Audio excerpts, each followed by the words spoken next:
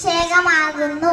വളരുവാൻ ഭക്ഷണം എന്നതുപോലെ അറിവും വിശുദ്ധിയും ആത്മീയ ഭക്ഷണമാകുന്നു. നിന്റെ കൂട്ടുകാർ ആരാണെന്ന് പറയുക, നീ ആരാണെന്ന് ഞാൻ പറയാം.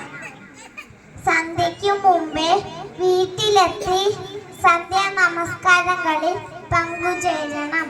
നിങ്ങൾ സത്യത്തെയും നീതിയെയും സ്നേഹിക്കണം.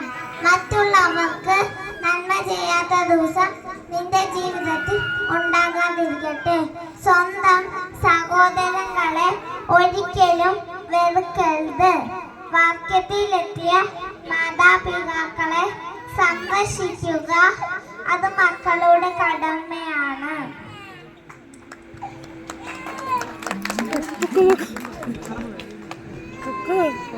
നിങ്ങളുടെ ജീവിത അന്തസ്സിനെ നിശ്ചയിക്കുന്നത് ദൈവവും തിരഞ്ഞെടുക്കുന്ന നിങ്ങളുമാണ്.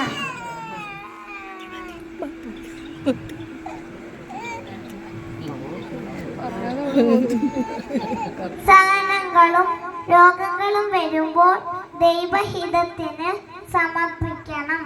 പാവപ്പെട്ടവരെ ബുദ്ധിമുട്ടിക്കുകയോ നിന്ദിക്കുകയോ അരുത്. എളിയ പാവം കാണിക്കുന്നവനാണ് മനുഷ്യനിൽ ഏറ്റവും ഉന്നതൻ. ദൈവ തിരുമനസ്സു നടക്കും. ദൈവത്തെ സ്നേഹിക്കുന്നവരാട്ടെ നിങ്ങളുടെ കൂട്ടം. നമ്മുടെ കൂട്ടായ്മയിൽ ഇതുപോലെ